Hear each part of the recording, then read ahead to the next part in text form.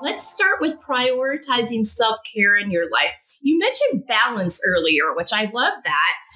And so talk to me about that and how that factors into your self-care and your journey with that.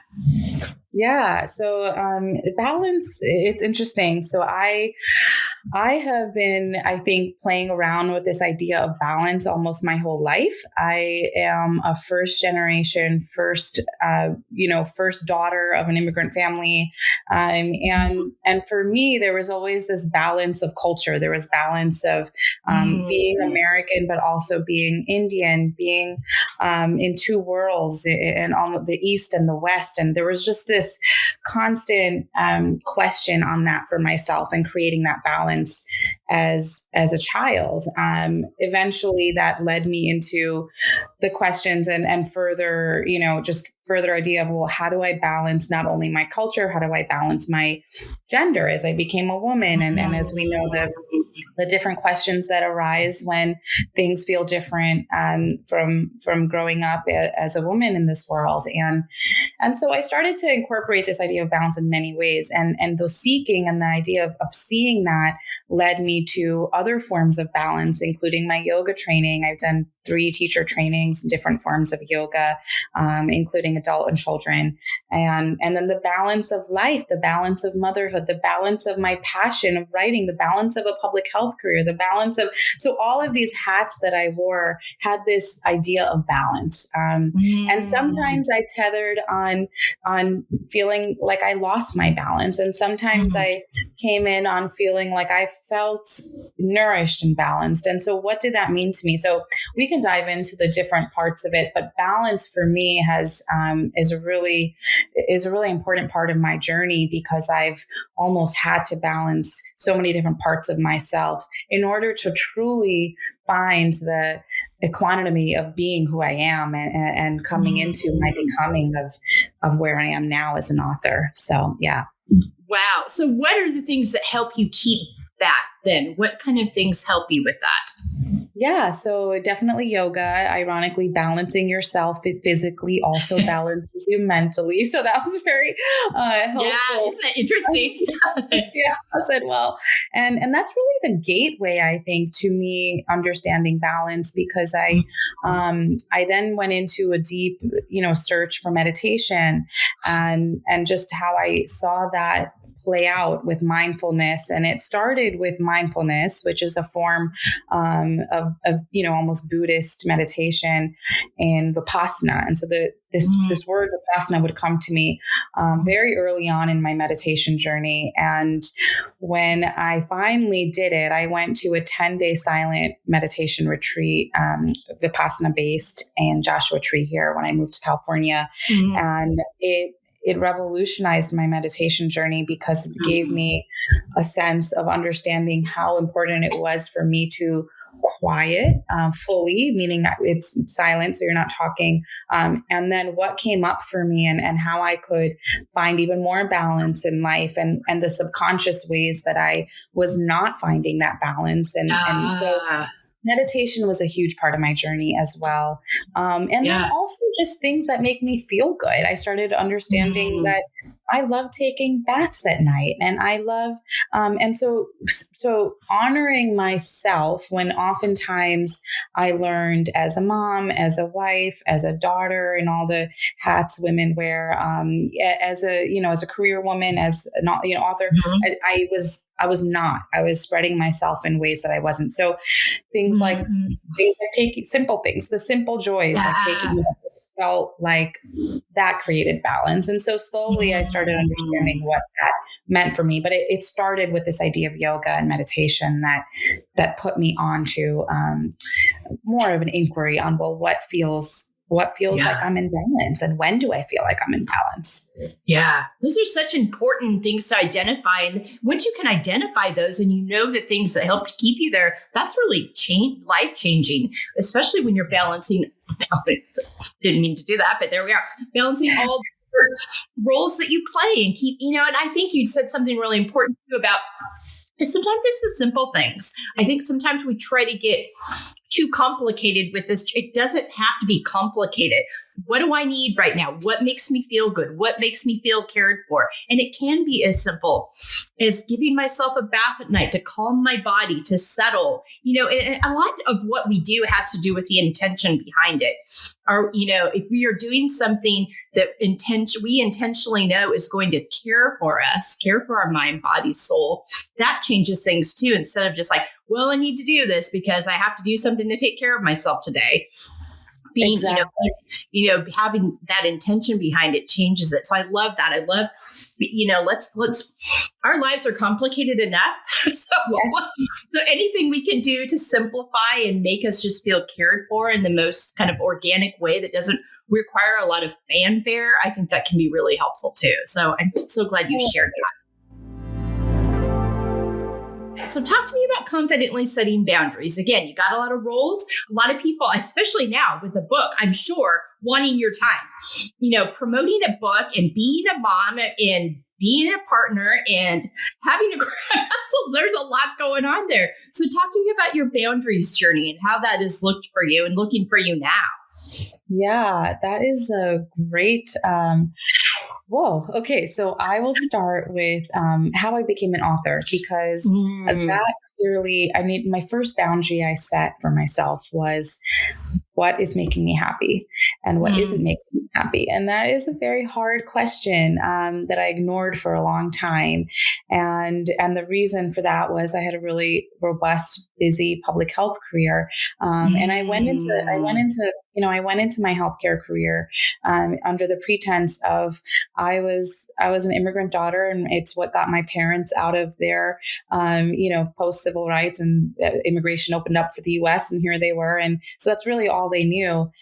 Yet I was creating these beautiful pieces, and my teachers were dumbfounded, like, aren't you going to go into become a writer? And I didn't set a boundary there, and I was young. So I just thought, well, I'm just going to do this for what's the right thing to do in my family. And that was the first inquiry I had on where I haven't set a boundary. And so moving into my passion and much later in life as well was super important to me, because I thought, well, this is the boundary I'm setting. I am not going to do things for other people anymore that don't align with my truest purpose and self.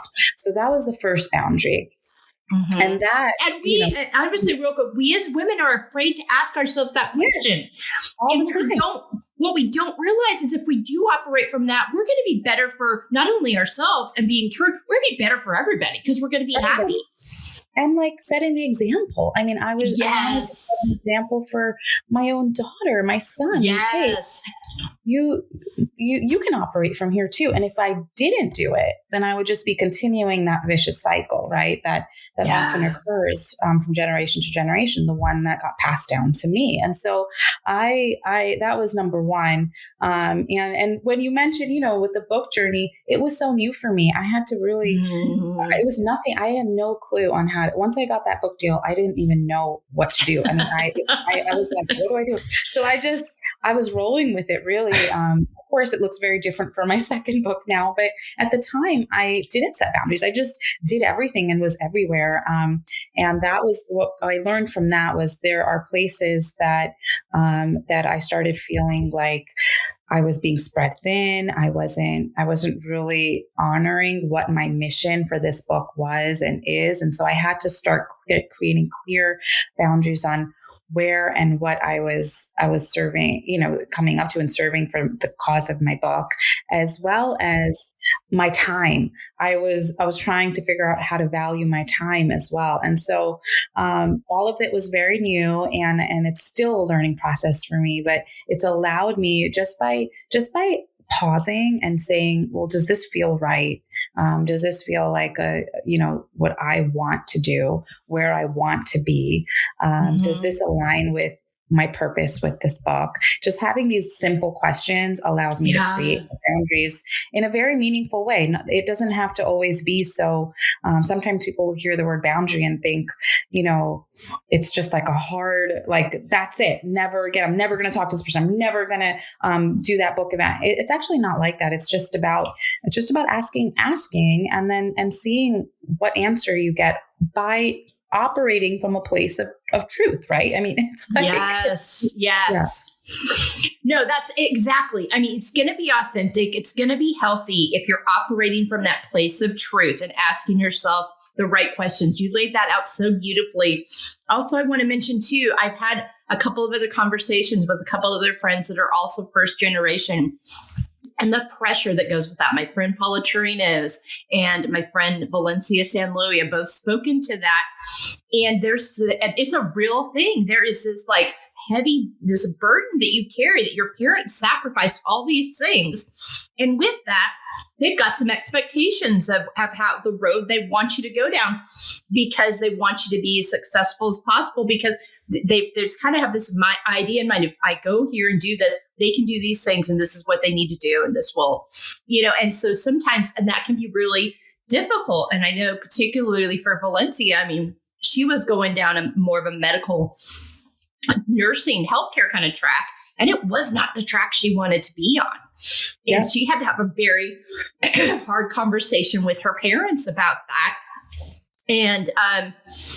And they've gotten on board over time, and she's following her natural bliss, that's just how Valencia is one of our co-founders, and she's been on her before. So any of our followers have heard Valencia. Bliss is the word you get. But I bring all that up to say, this is a very real pressure, and it's very, very, very difficult, because you don't want to disappoint these people that made this huge sacrifice for you.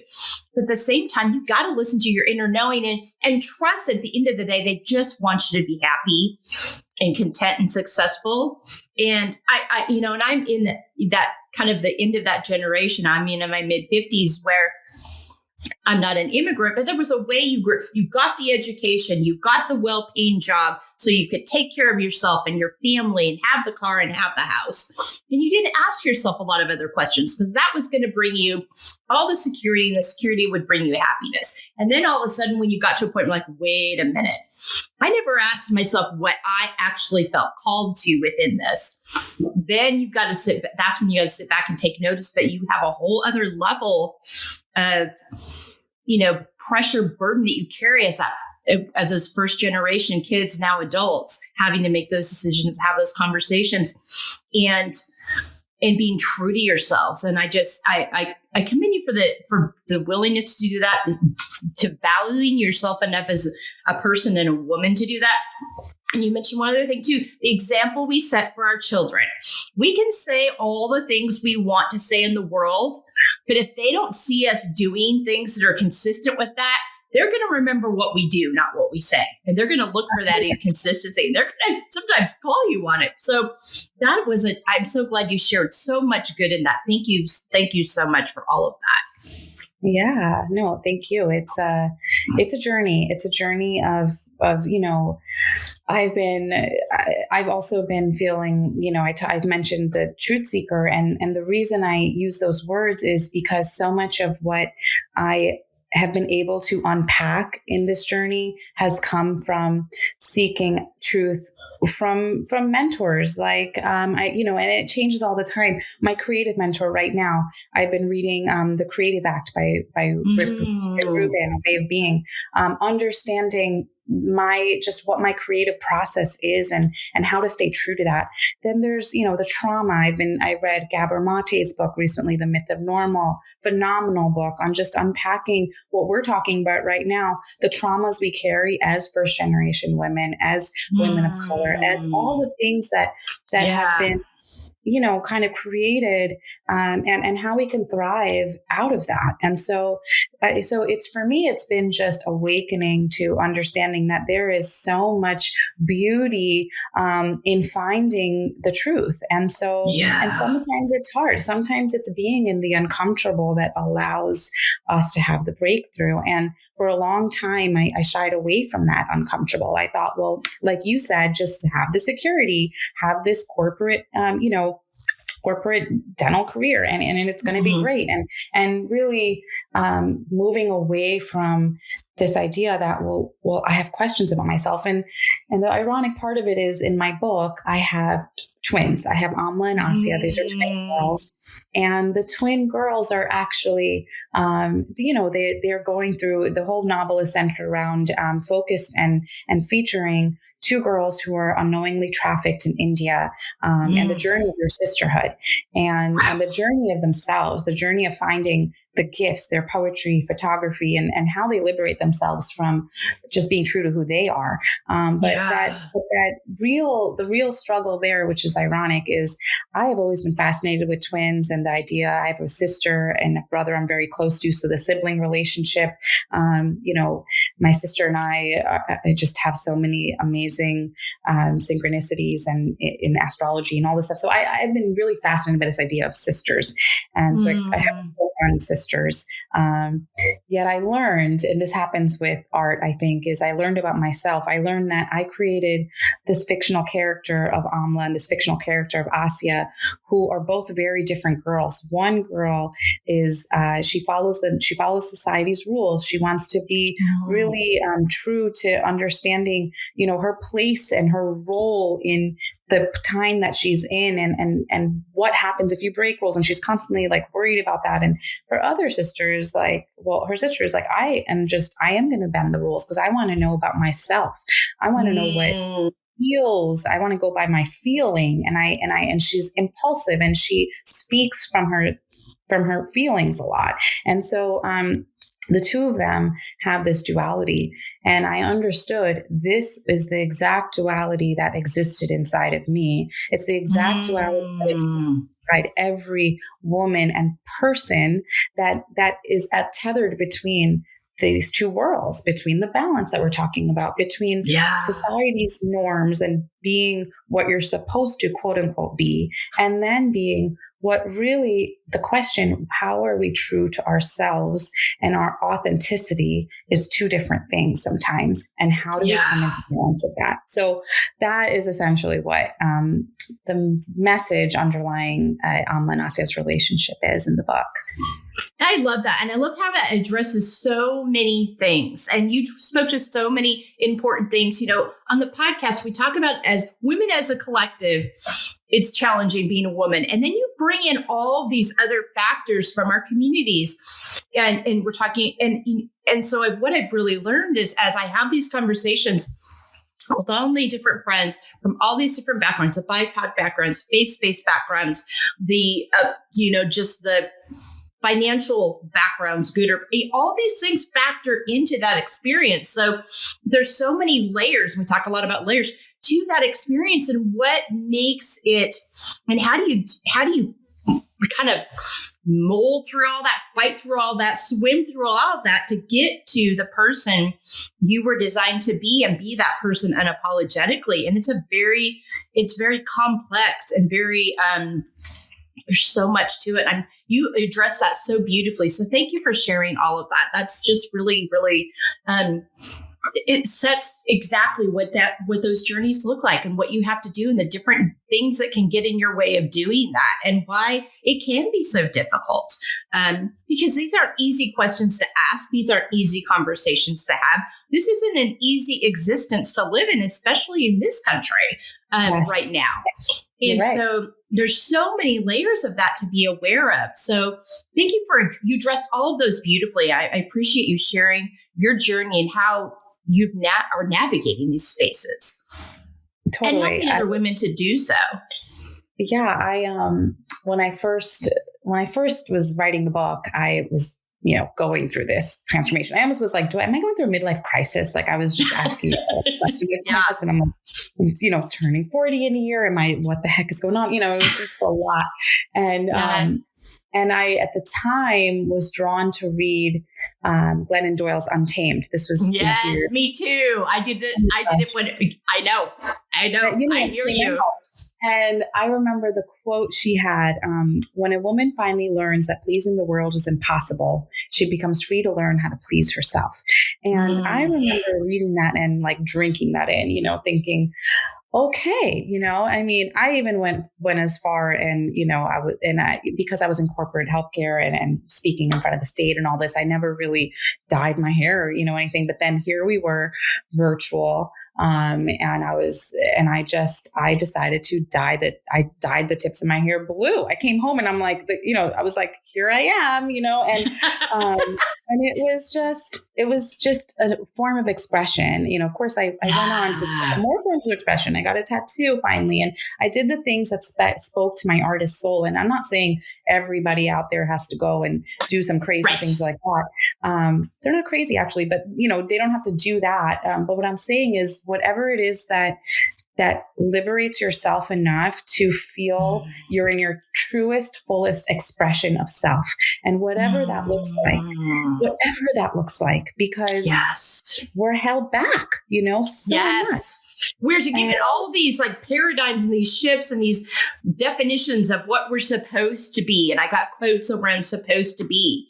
And it's just, we got to not. And that's why we have these conversations, to kick down these doors and knock down these narratives and get rid of the stigmas and create authentic, real life, safe places for us as women, whatever our background is, to show up as our truest, strongest, best selves for each other and making space for that to happen. So beautiful. Again, thank you so much. So good. So good. So much good. And I love that you corrected the crazy, because it's not crazy. It's not crazy. That's the other. No, it's being your authentic self, whatever that looks like. And that's another stigma we have to take off of things too, is showing up as your authentic self. It's just that, showing up as your truest, best authentic self. So thank you so much again for that. Taking care of our emotional health as much as our physical health, because these things are connected. All these pressures, all of these expectations that we've been talking about for the last few minutes, all feed into that. So talk to me, and you're from the healthcare background, so you probably know this better than anybody. So talk to me about your journey with that. Yeah. So what's ironic about being in the healthcare background is the stress of going to, residency and 8-year school and all that actually is not conducive to health. It's actually hilarious because at the time, the irony. The irony is like, you're just like working insane hours and not able to eat healthy meals and just stressed. Right. That's one thing that I will say. While I learned about health, the way the physiology of the body worked, my real lesson in health began when I started to move away from Western medicine. When I started to incorporate, my grandmother, my parent, most of my family on my mom's side, they all went into the medical fields.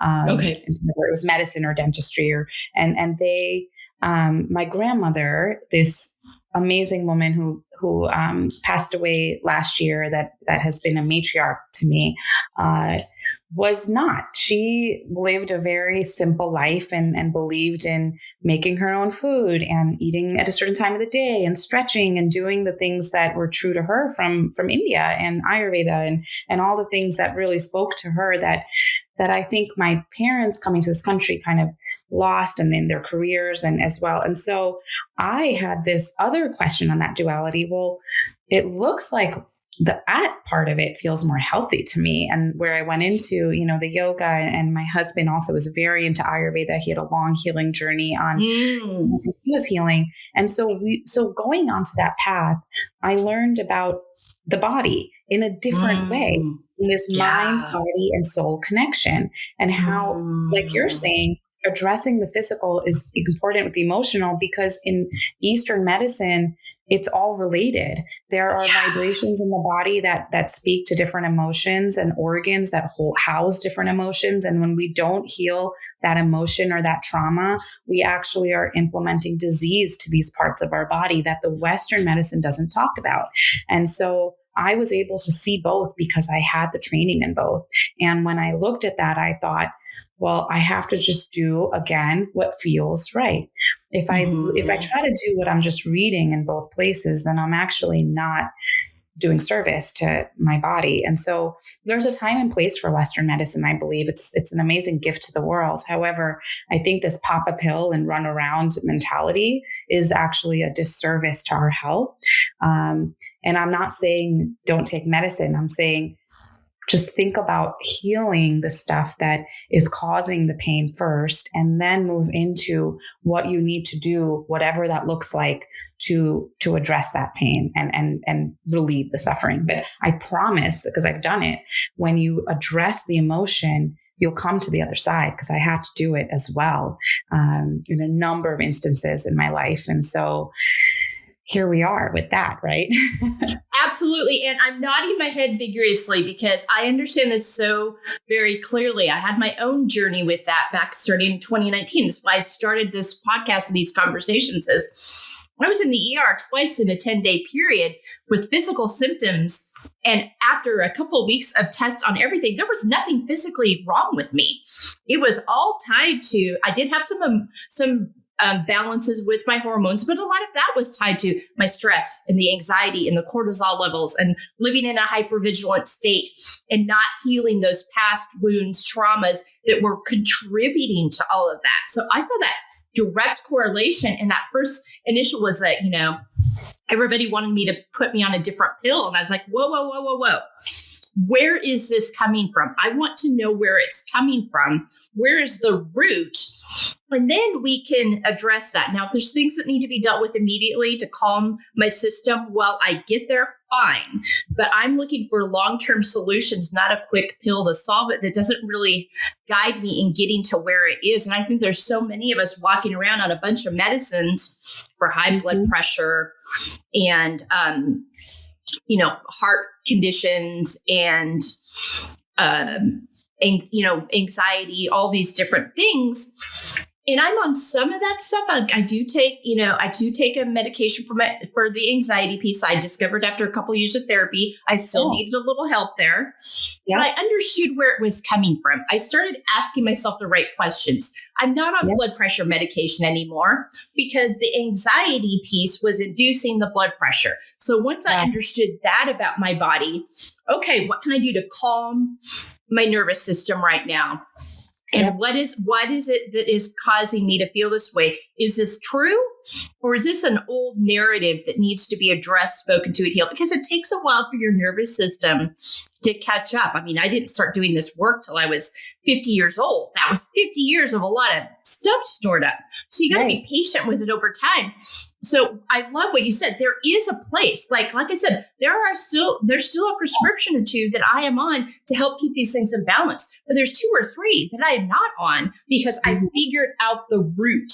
And so that's always my question when I'm going into and I think we as women, we have to go in feeling equipped. My friend, Dr. Shalana Battle, that I've had on before, has talked about that. She's also from healthcare background.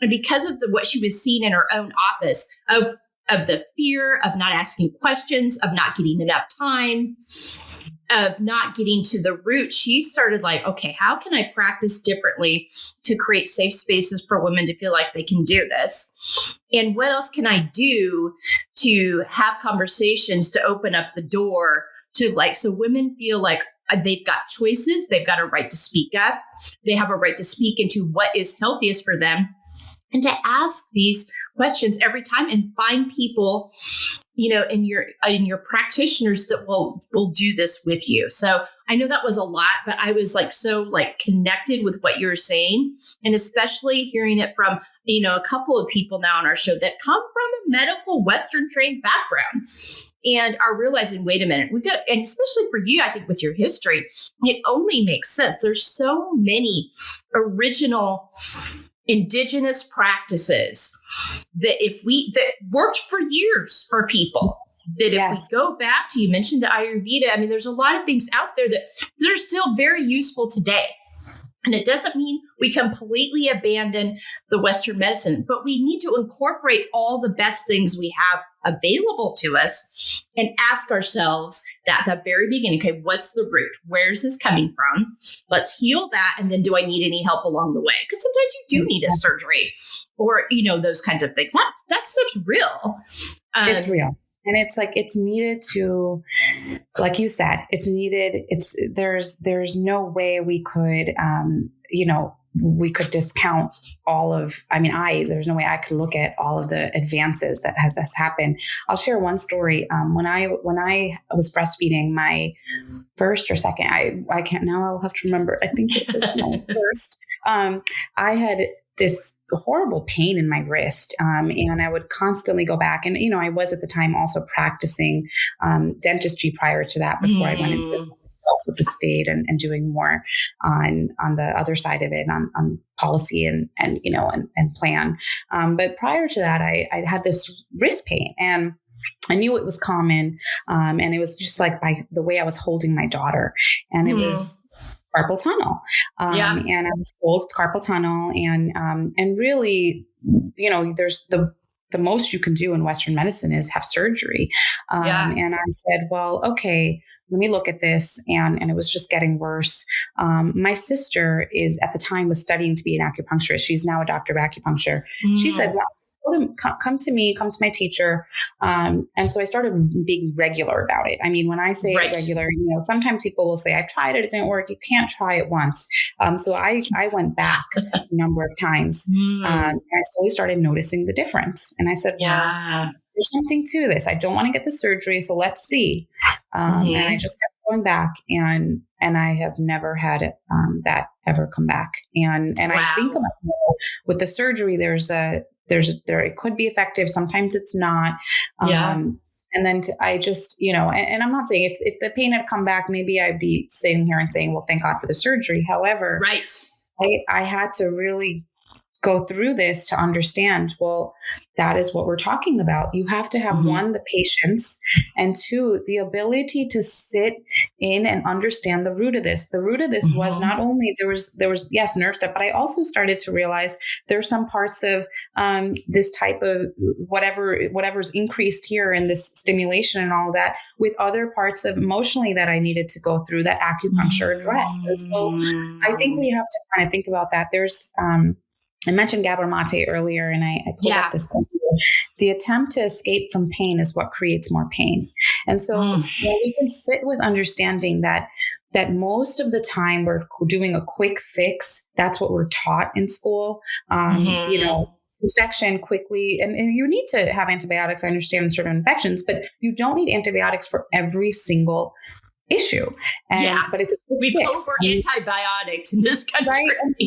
Right? So to remember that sometimes there is a time and place for all of it, but also for as a person, we have been accustomed to in the US, in this side of the world, to want to quickly fix something. Very quick. Got to get it done. And then we have some small symptom of relief for maybe a certain amount of time, and then it's back and it's like, shoot, got to fix it again. What if, like you just did, and with your own journey, we sat and thought, what's the root of this? How can I get to the root so that I don't have to keep seeing this repeat pattern of pain come up over and over and over?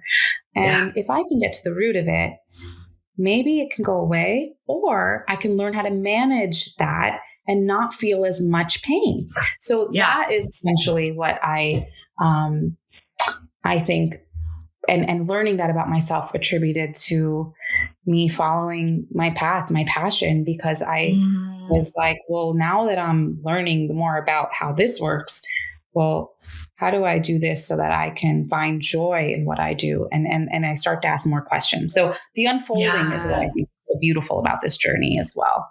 Yeah, it does. Unfolds. It exposes another layer that you can address. It creates curiosity. But I think that's just the thing. It's like, what do I need to do to be well? And what does that involve? Be well long-term, not be well today and have it come back. But what do I need to be well? What medicine, what mindful practices, or, what supplements, what food, starting with food, supplement, and health practices. are there things in there that we can talk about? Lifestyle changes. I mean, there's so many things that go into it. Asking those questions first, incorporating those things, and then like, okay, no, this is something that is inherited and we need a little help, or whatever the case may be. But yes, be curious and want long-term wellness for yourself. And it's not easy. Like sometimes you got to sit in some hard stuff and ask yourself some hard questions. I'm still doing it. Like I find myself like I've taken on multiple projects right now. So I find myself every day kind of knowing I'm kind of violating my own boundaries right now. I'm feeling this way in my body. This is coming up because I'm over, but I can answer that now. I know that, oh, this is what I'm doing and this is why it's happening. And so so it alerts me to, okay, you need to address that. You need to change something here, or that's going to, go lead to this, that, or the other thing. So yeah, even when you're not in a pattern, not a very good pattern, like I understand it now. I ask myself those questions and I know where it's coming from. So anyway, we could talk about that all day, but I thank you so much for sharing your journey that I just connected with that. I think we as women have to think enough of ourselves and confident enough in what we're feeling. Listen to your body. Yes. Sit with your body. Trust your body. It will tell you.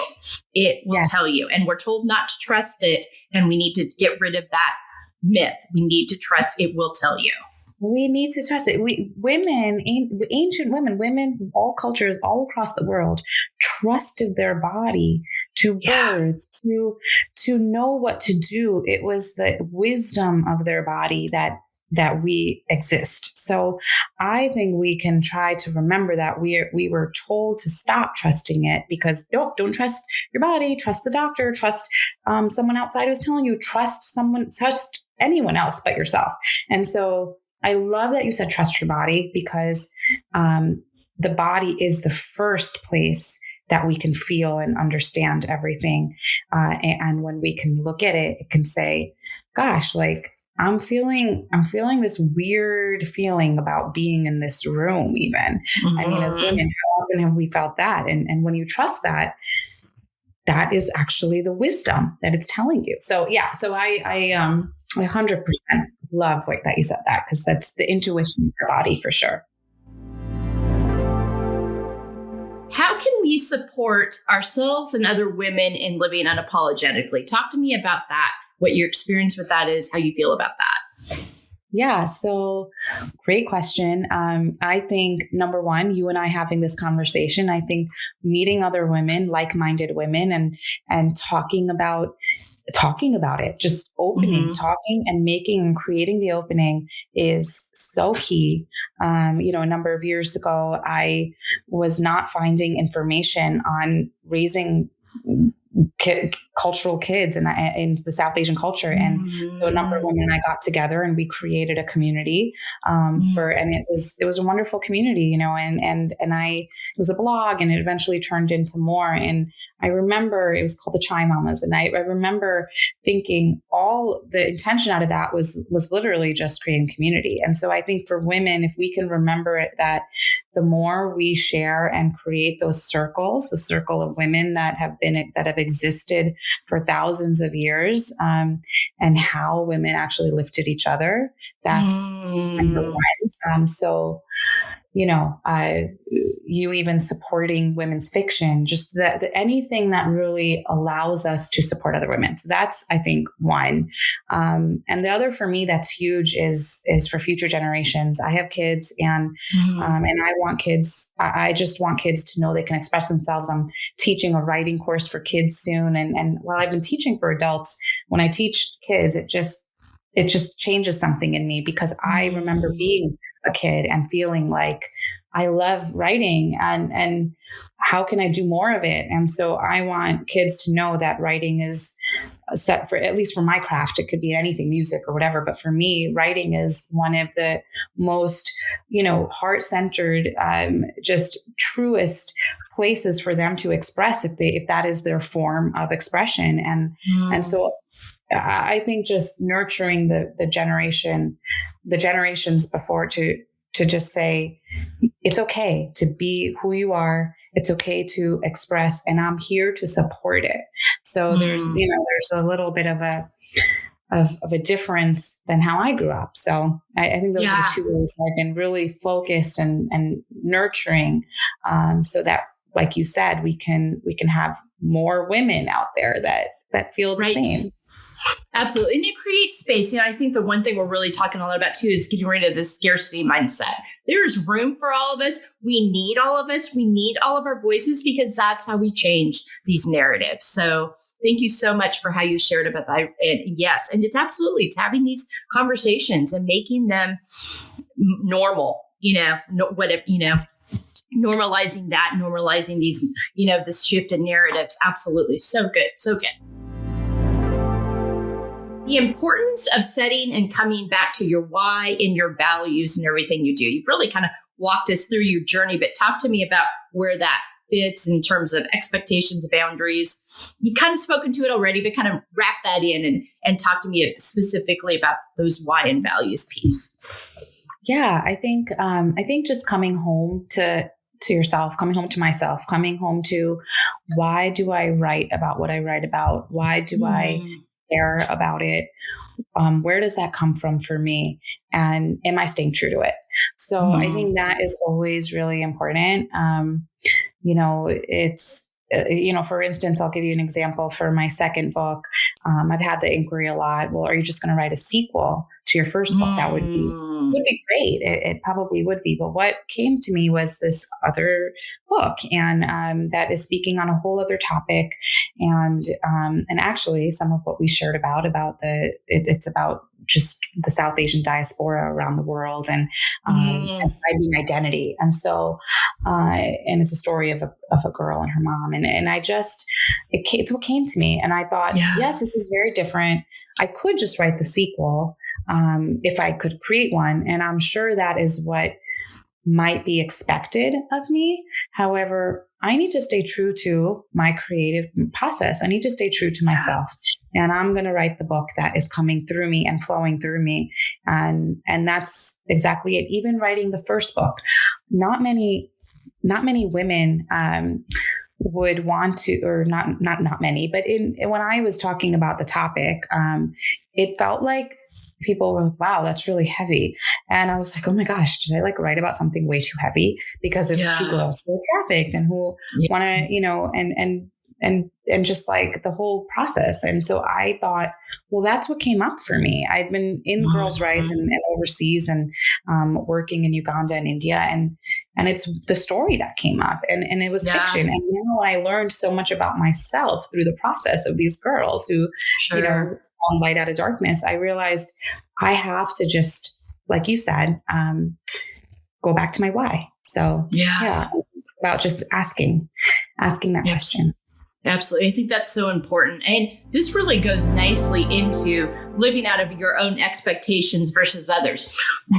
People came back and said, hey, where's the sequel? And I think sometimes as a creative, it can be really easy to get pulled into what other people expect. Oh, that seems like, and then what you see time and time again, you see movies, you see TV shows, you see these documentaries about these artists that got pulled down a path because it was maybe some quicker money or more, quicker rise to the top of getting your name out there.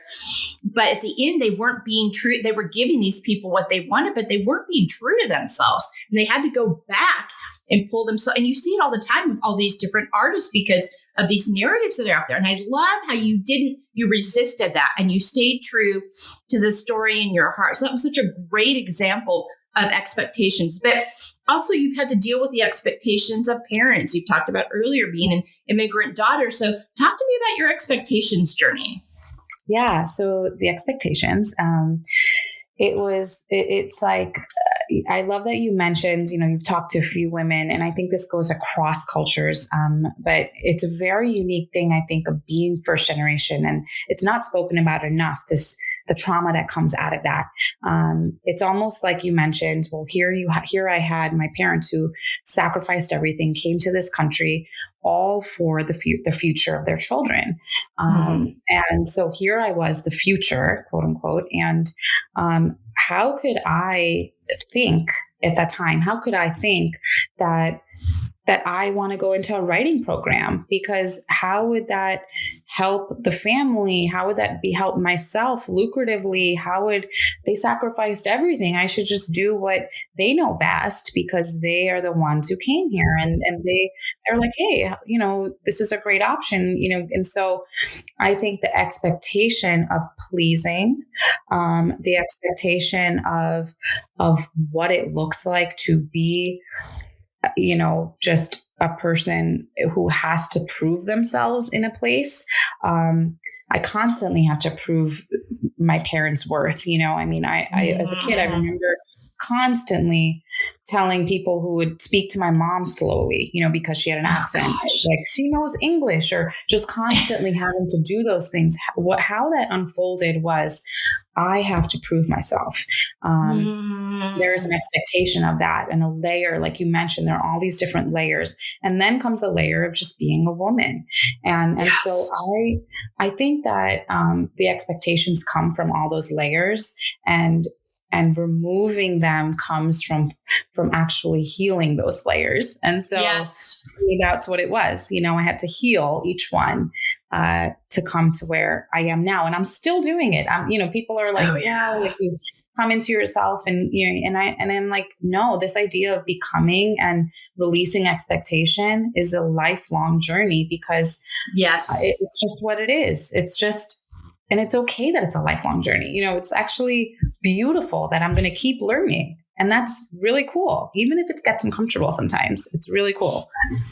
Yeah, it's because we're meant to continue to evolve and grow. We're not meant to stay static. And so many people just decide to stay static. They don't, and for a lot of different reasons, but that was not what we were meant to be. And you touched on that really well, of just like unpacking all that, healing that, because there's so many layers to it. And like, okay, what in this, and things are going to continue to come up. There will continue to be expectations. There will continue to be questions. You're going to continue to deal with microaggressions. That doesn't go away because you've worked on healing yourself. Those things are still going to happen, and they're still going to take a toll, and you're going to continue. Unfortunately, I wish we lived in a world, but that's just not where we are. And so those things matter, and all those, so being attentive to that. I think sometimes, I don't know, I can't speak. I think sometimes as you just feel like, just forget it. I'm not going to let it affect me. And if you're saying I'm not going to let it affect me, it's probably already affected you. You're having to talk yourself into the fact that, like, well, stop for a minute. The irony here is that if you're saying that, it already has. So you're trying to talk yourself out of it now, rather than just like, nope, it has an effect. I got to own that. I got to continue to heal, continue to move forward to that, continue to be aware and mindful, so that I can continue to be my best, truest, authentic self. Yes, I love that. I love how you also mentioned that is when we say things like, well, I'm okay. How often do women just say, I'm fine?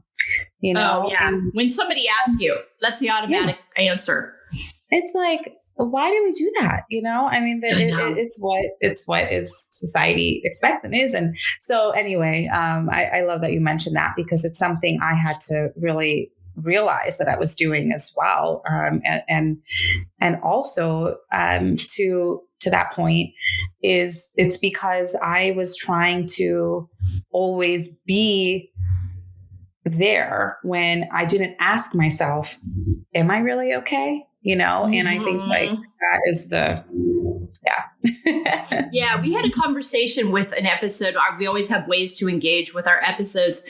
And one of the ways to engage with it, and I can't remember which episode it was, but it was talking about the fact that we ask people these questions. How are you doing? How are you doing? How's your day? Yes. And the two questions were, one, how much do we automatically just say we're fine when we're not? Yep. And two, if you're the one asking that question, do you really want to know how they are? Yes, do you really want to know? Yeah. What do you Or really are you just so used to that being, oh, I'm being polite, that's the next thing? Yes. Because I think that it has to go both ways. We, one, have to be willing to speak the truth. And if we're being asked that, and if we're asking that, we have to get to a point where we really actually want to know. And if you don't actually have the bandwidth for that, or that's fine, but say, oh, I hope you're well. Don't ask people for something you're not ready for. And don't feel, if you're being asked, don't feel like you've got to lie about. And even if you don't think it's a time or place, if you say I'm fine and your insides are swirly, go sit with that and figure out, what's going on. I said I'm fine, but I'm really not. What's happening? What do I need to sit with here? Yeah. I mean, in Vipassana, it's like when you're silent, being silent for 10 days is really hard. I mean, I was at the first. I can imagine.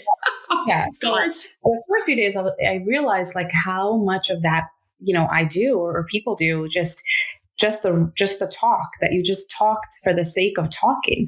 And I started realizing, especially as a writer, I'm like, well, words should and are sacred. So what are we saying and how are we saying them? And what do we mean? Do I really want to know about, if that woman, if she really likes that or not? And if I do, then I sit there and want to know, and I listen to it. Or do I really want to know how this person is? And if I do, then I ask it in an authentic way. And so it definitely, when you said this, like, I'm fine and how are you? And the polite things that we've been accustomed to do, it's wonderful to be polite, but it's even more wonderful to be present. And I remember thinking about, like the questions I was asking my kids. My husband and I took this phenomenal parenting course. And one of the things she said is, when you pick up your kids, and you're just like, how was your day? It's automatic. It's automatic to just say, okay. And kids ask me, that's such an open-ended question. Of course, they're just going to say, it was fine. Yeah, it was good. It was fine. What if you ask your kids, what made you laugh today? What was something funny that happened today? Just, was everyone nice to you today? Yeah. Those are the questions maybe we really do want to know from our kids, but asking, how was your day? Or how are you? Really isn't getting that addressed. It's not getting it across. And so being more specific. And so I realized that just because I was silent, just because I wasn't talking, and what did I want to really say? And so sometimes, that's a whole other part of the meditation process that I think is open for sure. Absolutely. Yeah. That intent. I mean, I think we can learn a lot from the empaths and, quote unquote, in my generation used to be called sensitive people in our lives. They are in tune to that. They're going to be authentic about that. And they're not going to waste your time with a lot of questions that they don't really want to know about. We can learn a lot from that. My brother started a practice a few years ago when his kids were little, and he did this with his little boy specifically because he wanted his little boy to feel like it was okay to feel all the feelings. He didn't have to be afraid to be sad, to cry, to be sensitive.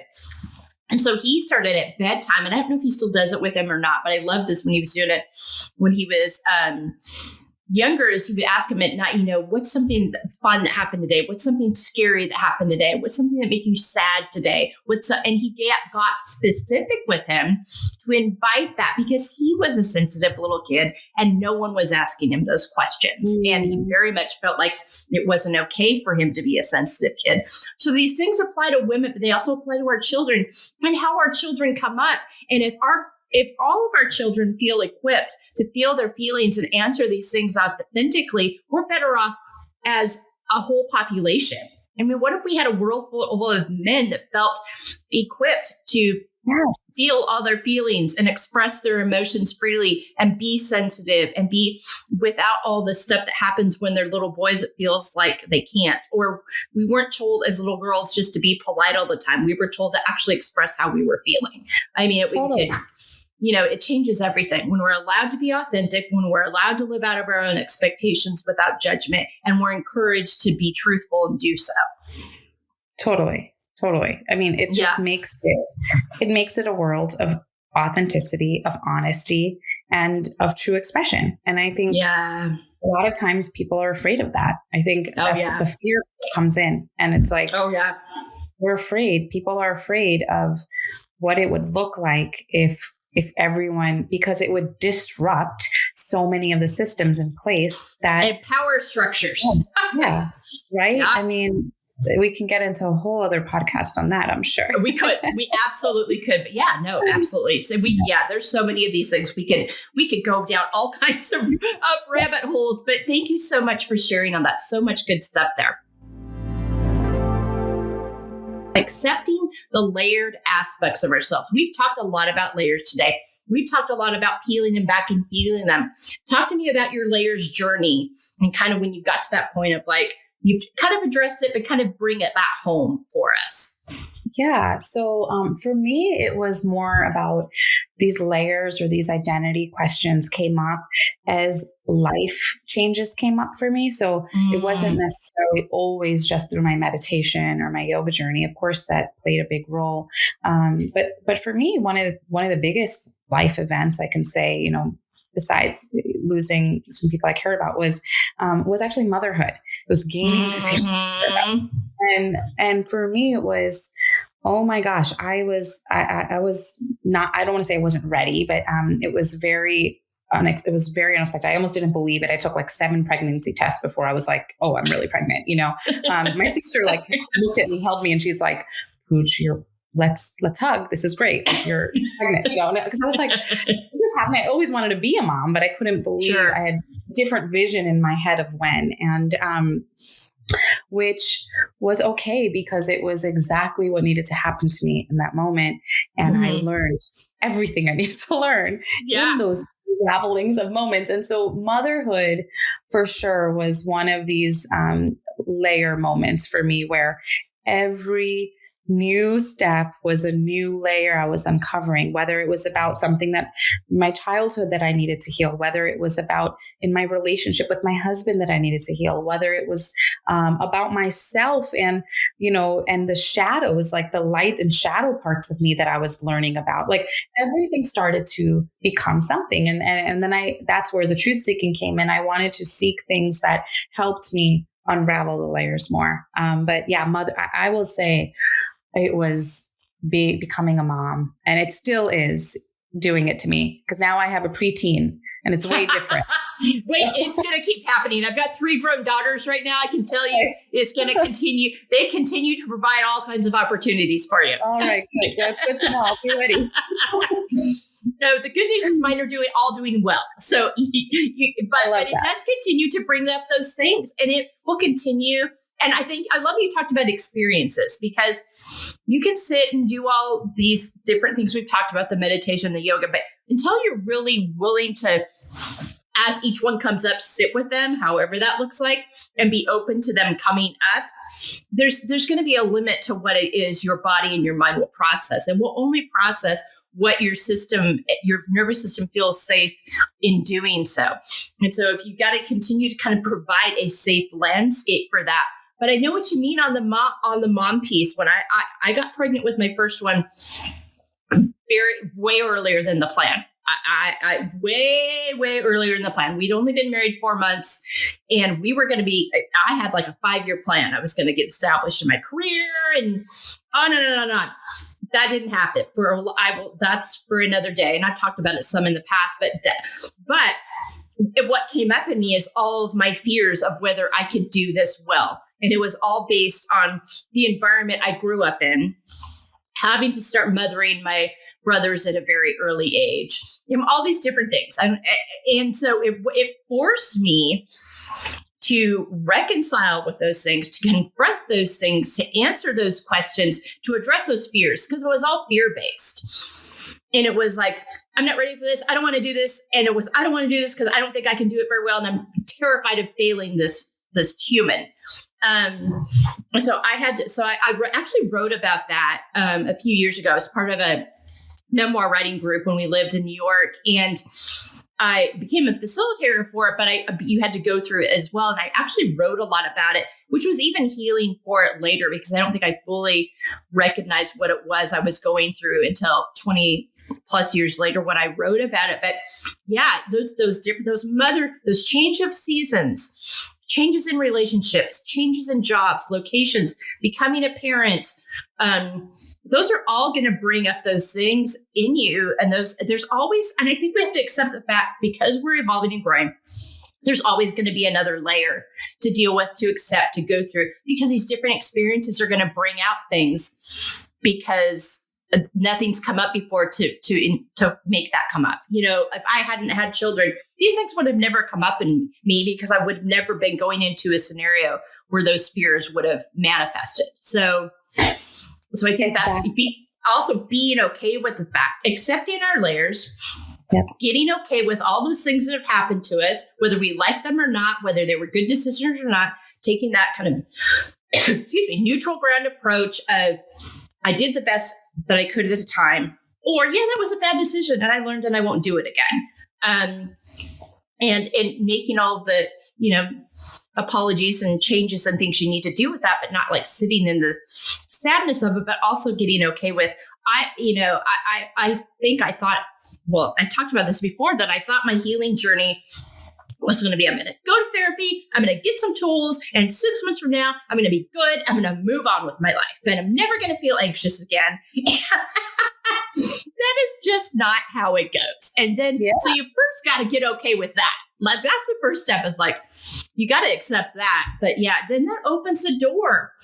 And when you open the door and you're willing to do that, it's a beautiful, messy journey to being your best, truest self and learning how to listen to that. Totally. It's, we watched that movie Shrek with our kids, and, in the donkey, it says that whole thing, like Shrek, it's like, donkeys are like onions when you peel the layers, and it's like, and he has this whole quote about, I don't know it that well, but it was just this moment where it's like, it's going to make you cry, and it's okay. Like, peeling layers on it makes you cry, and that's okay, And so like, that's kind of part of our trajectory. And like you said, having no expectation, which I think is one of the hardest things for anyone, to release expectation of whatever the journey looks like. I mean, even as an author, it's like, of course, I'm like, yes, I want to be the New York Times bestseller, but it's like just releasing all of it, because if I have really, vision boards and goals and all that, and that's important. However, if you fixate on a expectation of something, then you're not, for me, I'm not creating, true creation. I'm expecting something from it. Whereas when I create, I want it just to be a manifestation of my truest self, so that actually that is what will occur in my vision if I do it that way. So anyway, so that's the hard part. It is that hard part of not living on that like self-inflicted mandate of like, I will do this, but I will be very creative within it. Yeah. You can't be, because you put yourself in this mandate box. So I'm so glad you addressed that too. And it's a juxtaposition, of trying to find that balance of this is what I feel called to. This is what I hope to find some success in and support my family with. But also, I've got to be true to the call so I can actually do what it is I was created to do. And it seems and like we mentioned, it's a little bit, but the part of it that I think I learned a lot from my meditation practice, like, there in Vipassana, there's a focus on metta as loving kindness and heart-centered. Just coming to the heart for yourself, for your community, for the world at large. And for me, having to remember that, I have to always come back to that.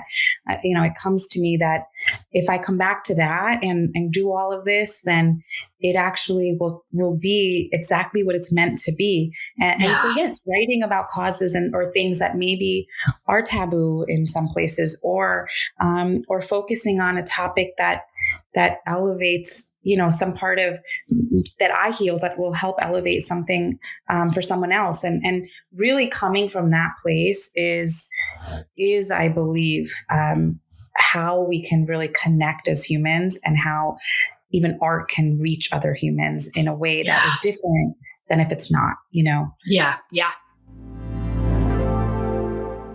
In living out feel, finding empowerment, embracing layers, how has this affected the quality of your relationship with yourself as well as your relationship with others? Yeah. So coming into myself, coming into feeling and coming into knowing, coming into an inner knowing, it's allowed me to just be, I think, a better mom. It's allowed me to hold space for my husband and his thoughts and feelings on the same. It's allowed me to have inquiry on my relationship with my parents and how I could be more peaceful with them because so much had been layered on expectation. It's allowed me to connect with my siblings more because we can share our experiences in truth versus just this thing that we all were doing that wasn't truth, right? And so which is just being in this thing with my parents and being an example of that for all the people I just mentioned, as well as with my girlfriends and with the people, everyone. I think that once you start to come from here, like we mentioned, it starts to have this like kind of layering triple fold effect of where I go and what I say and not being afraid to say what I want to say and talk about. I mean, even on podcasts as an author, even on, in articles and whatever it is, if I can just say it and be it, then that feels way better than not or anything else. So it just creates real connection. Like we can talk, and we can kick back. That's what I like to look at. Yes. And be authentic and vulnerable without being afraid because you've created that space for that. Yes. So good. Thank you so much for that. We are down to our rapid fire. Name 5 activities that nourish you. Okay, we talked a little bit about some, but yoga, 100%. I mean, that's like the first thing that comes to my mind. Taking a bath, like I mentioned before. And when I say taking a bath, it's not just like get in and get out. I mean, like put in whatever it is, an essential oil or bath bomb, put on the music, turn the lights, put on candles, like make it an experience because it just changes it. The other one for me is curling up by a fire. And that doesn't happen often in California. It used to happen in New York for me way more, but curling up by a fire when it's cold, quote unquote, here. I know. Yeah, like I hear you. We're like 50 degrees. Oh my God. That's so true. I'm in Fresno and it's the same way. I just moved here this fall and I've lived in mostly northern places my whole life. And I'm like, somebody said bitter in this grocery store the other day. It's 46 degrees. I'm like, I don't know about bitter, but yes, it's cool. Negative 20 maybe. So so I just love fire. I love like warmth. And so if it's not a fire, like a blanket with a really good unput-it-downable book, like just that just nourishes me. And I can't always read when I'm working on my own work. Sure. So just a luxury sometimes. And then the other thing for me is some sort of expression that is not for work. So now that being an author and writing fiction has become work for me, I love it. And I'm so happy to be in it, but I like to do something else, like some sort of expression, whether it's like dancing or writing poetry or, an expression of my body, of my, whatever it is, that is not what I'm putting out is really important to me and nourishing. And so I think that's 4. Did I say 4 or 5? I can't, I don't know, but if you have another one, share it. If not, we're good. Yeah. I mean, the other one I can just say is just eating really good food. I am a foodie, so I love just indulging in something like fresh and flavorful. And I think whatever it is that heightens your senses. So for me, that's like a sensory kind of thing. And I love it. So yeah, I think that's plenty. Absolutely. All right. How about 5 words on how you want to feel the next 6 months? Ooh. So I want to feel, let's think, bold. I'm feeling bold in a few decisions I'm making for my new book. I want to feel supported. I'm just looking at the universe and supporting this few of the dreams I have. I want to feel joyous. Like I feel like I just want to do things that bring that joy laughing, whatever it is. Yeah. And, and I guess another one would be, I want to feel, I guess, I don't know, I'm thinking of another word. I want to feel empowered. And it goes along with the bold, but empowered in the way of coming from an intrinsic place, not extrinsically feeling like I am being moved to something, just inside. And the last thing, I guess, I just want to feel warmth, and that feels like, I know we're saying that with temperature and all of that, but I'm learning that I really love being in a room that feels warm, whether it's like people or just energy, or, maybe it's the sunset, the things that make me feel warm. And so those are my I love that. No, I love that. And I love that warm too. That there's room and designs and places that just feel cozy and comfortable. And I love that vibe. I know what you mean. All right. Tell us how we can find your book, get access to your resources. This is all going to be on our resources page at embracinglayers.com when the episode drops. But if people want to look it up right now, share all of that with us right now. Yeah. So my website for the book is formysisterbook.com. And I also have a website with my information. It's my name, Puja, dash or slash, the little line, shah.com. And I also am on Spotify. I have a meditation album out.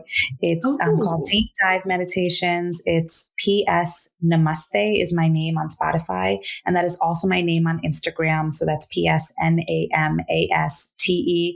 And it's not only Spotify, it's an Apple Music, Tidal, all the places that stream music.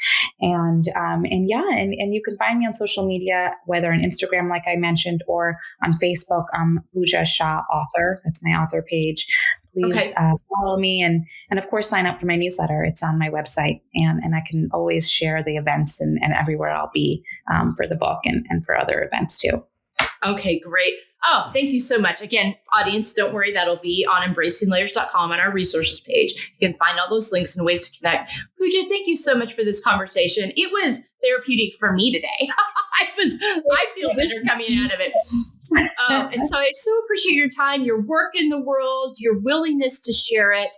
I'm so thankful that that we connected. It was meant to be, and how that aligned. And I'm so honored that we got to honor you in that way, and now we get to share you with our audience even more. I hope that you all, audience out there, felt as inspired as I did today, and will stop and make you think about how you're caring for yourself, the questions you're asking for yourself, the kindness you're showing to yourself as you do it, and the time that you're worth in putting into yourself to be the best, most authentic version of you. I hope that you come away with some tools today and some inspiration and encouragement to do that. But Puja, thank you so much for your time today. Thank you. This was so wonderful. And I'm so glad to be here. Thank you. Absolutely. All right, audience, have a great week.